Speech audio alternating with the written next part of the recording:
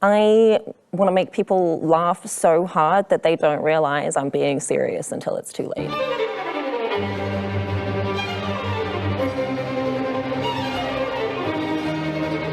I started out in screenwriting, but also direct produce, but a lot of my interest moving forward is about financing and how to help diverse voices actually build engaging but sustainable and financially viable careers in the digital future. So yeah, a bit of a hybrid. My life story, the biggest thing about me that probably impacts everything about me is I have a bunch of fatal food allergies and dietary restrictions. I started in screenwriting because it was a job that allowed me to participate in storytelling but also exist in isolation. COVID was a really interesting experience for me because I basically live in level 4 all the time.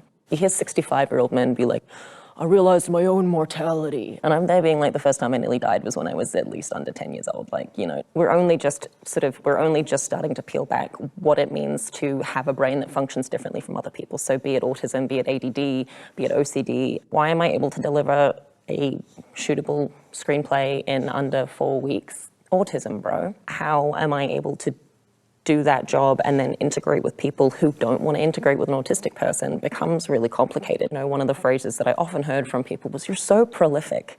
And it's like, well, yeah, I'm at home and I'm autistic. I honestly lose weeks at a time. If I'm in a project, I will force myself into hyperfocus. Once I'm in the mental space where it's a real world to me, I can sit down, but I literally can't do anything but that. Eating is not necessarily on the list, sleeping is not necessarily on the list, and so the benefits of a hyperfocus is you don't notice any of that. We have a beautiful vineyard, we have amazing wine, I've got my best friend, 2 beautiful girls, and an American warrior by my side. I like your style. Hang Time was my first feature film that I wrote and directed.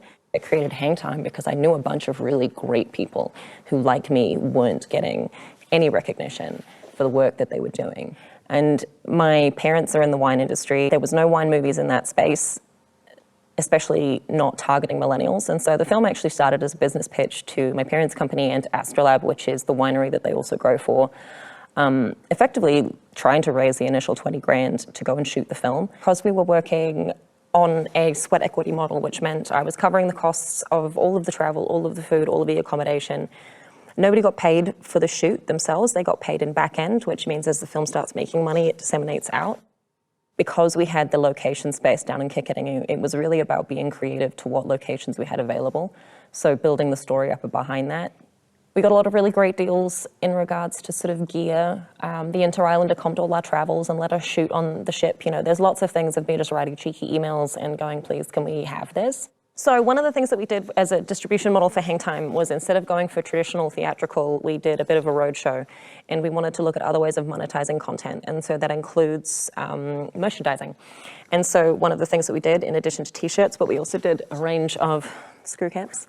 This is my lucky one that I wear everywhere, traveled with the film with it, and we pressed the soundtrack to vinyl. You know, the film played, it premiered at Sonoma International Film Festival and played at a bunch of really great international wine and film festivals. All up, we made the film for 60,000 New Zealand dollars.